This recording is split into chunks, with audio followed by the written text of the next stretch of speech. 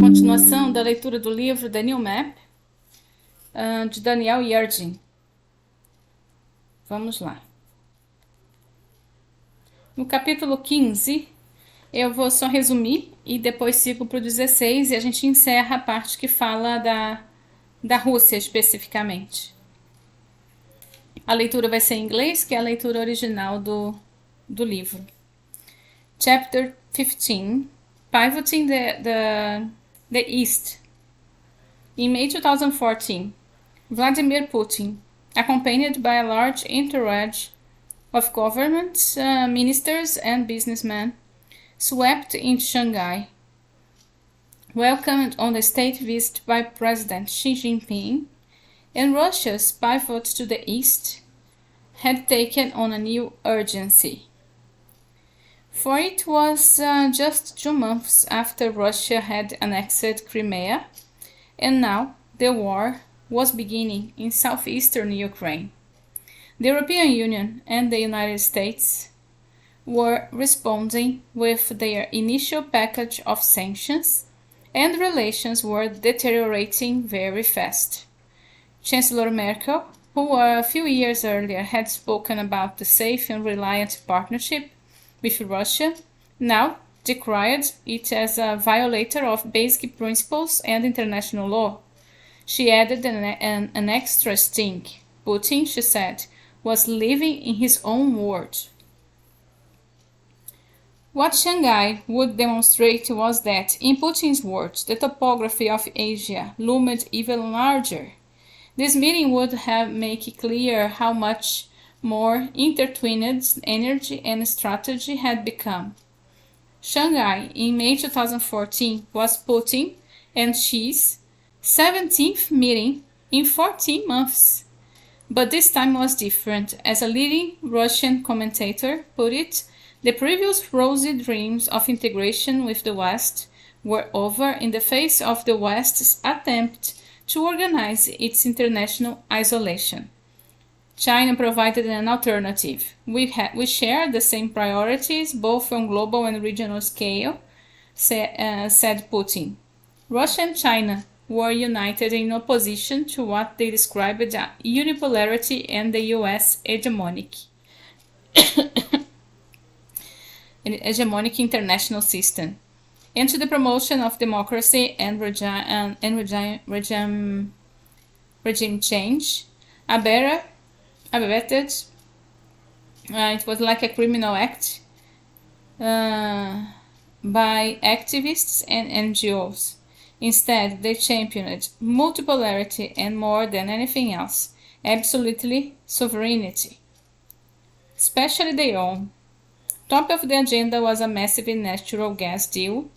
The negotiations had been grinding on for a decade, but getting a deal done was not now a priority, and China was determined to use more natural gas to fuel its growing economy and to ease its stifling pollution.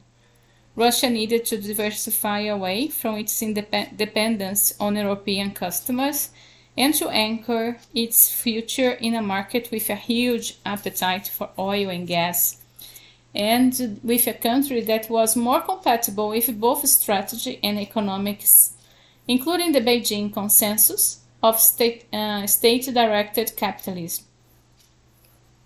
All this reinforced the pivot, like the turning around of the negotiation with Europe, and a Russian foreign policy concept paper declared that Russia needed to adapt to a situation in which global power is shifting to the Asia-Pacific region, and to move quickly to become an integral part of the fast-developing geopolitical zone. It was also pretty clear that the pivot was mainly towards one country, China. Once asked if he was putting too many eggs in one basket, Putin replied, "We have enough eggs, but there are not that many baskets where these eggs can be placed." Between 2006 and 2013, Chinese gas consumption had tripled. Yet, despite the decade of negotiations, the big deal on gas was mainly stuck on one question: price. Moscow wanted prices commensurate with what it charged Europeans and indexed to oil, which was still high, while Beijing wanted lower prices in line with domestic energy prices and competitive with coal. The negotiations in Shanghai were difficult and dragged on, but neither side could afford to live without a deal. The final negotiations went on until 4 in the morning. Later that day came the announcement of the big deal, valued at $400 billion over 30 years. The contract would make China the second largest market for Russian gas after Germany, and the Chinese would also provide the finance for a massive new $45 billion 1,300-mile power of Siberia gas pipeline. This will be the biggest construction project in the world for the next 4 years, without exaggeration, Putin said after the signing. But he ruefully added, "Our Chinese friends drive a hard bargain as negotiators, but the deal did send the message that in the future Russia would not have to depend so heavily on selling gas to Europe." These deals and their setting broadcast a geopolitical message about the burgeoning strategic relationship between China and Russia. It was a long time coming. China and the Soviet Union had been bitter rivals, over which was the leader of the communist world and vanguard of the global revolutionary movement. Mao Zedong was rather blunt about how he felt about the Soviets. They were renegades and scabs, he said, slaves and accomplices of imperialism, false friends, and double dealers. The rivalry erupted in 1969 into a shooting war on their border in the Far East. In the 1990s, after the collapse of the Soviet Union, the Russians became apprehensive about Chinese expansion into the sparsely populated Russian Far East. But once installed a president, Putin put a new emphasis on China and Asia. As estrangements from the West grew, he found a willing partner in Beijing. Xi Jinping's first stop on his foreign trip as president in 2013 was Moscow. China became Russia's largest trading partner. The respective roles were very clear. China provided manufacturers, consumer goods, and finance. Russia oil, gas, coal, and other commodities, and geopolitical alignment.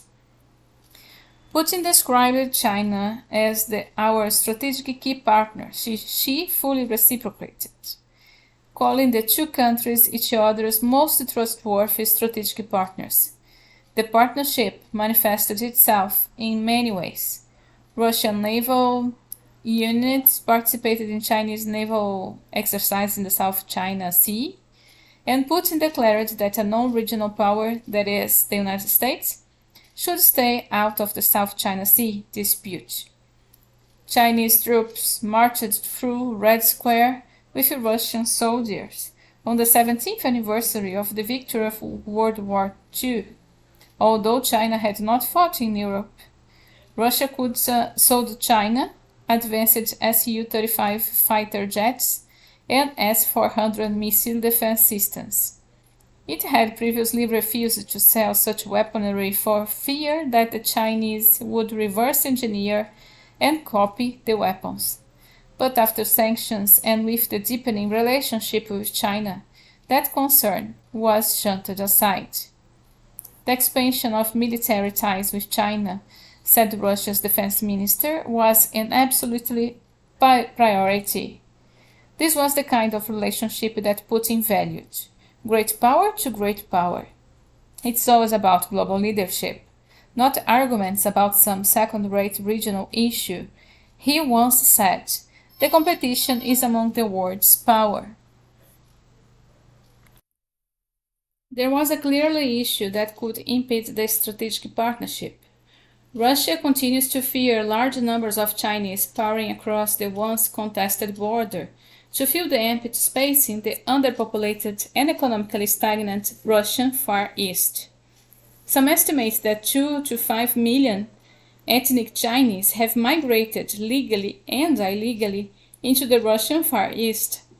Others put the figure much lower, whatever the number, Putin once warned that if the economic decline in the region was not reversed, the Russian population in the Far East would end up speaking Chinese. In China, some refer to part of the Russian Far East as Outer Manchuria, insofar as it was transferred from China to Russia under two of the unequal treaties of the 19th century, but at this time the frontier is firmly entrenched, with no disagreement over the borders. What she called the new level of cooperation between the two countries was on display in what became known as pancake diplomacy. At an economic forum in Vladivostok in September 2018, Putin and his chief guest, Xi Jinping, took time out from the conference, proceeding to don blue aprons, cook the Russian pancakes known as blinis, cover them with caviar, and toast each other with vodka. At the same time, a massive war game was taking place across the Russian Far East, the largest since Soviet exercise in 1981. In the summer of 2019, the Russians and Chinese began joint air patrols in the Pacific. The new arrangements was announced to the world when a joint patrol flew into South Korea's air defense identification zone, which ended up with South Korea scrambling its own jets. All of this was a clear message not only of preparation for possible conflict in the future, but also a geopolitical alignment today.